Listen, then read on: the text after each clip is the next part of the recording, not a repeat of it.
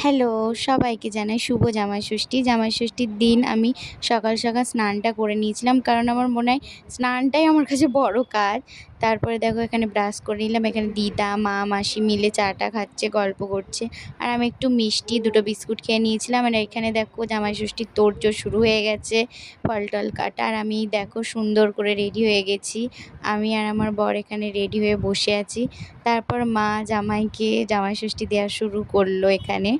তারপরে আমি, ভাই, বাবা সবাই মিলে আমরা এখানে খাওয়া শুরু করে দিয়েছি। আর এখানে দুপুরের তোড়জোড় হচ্ছে।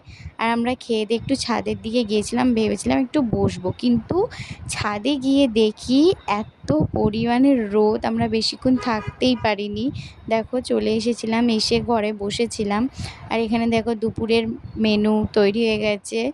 এই ছিল আজকের মেনু। তারপরে খাওয়া দাওয়া করার পর একটু কোল্ড ড্রিঙ্কস খেলাম। ব্লগটা কেমন লাগে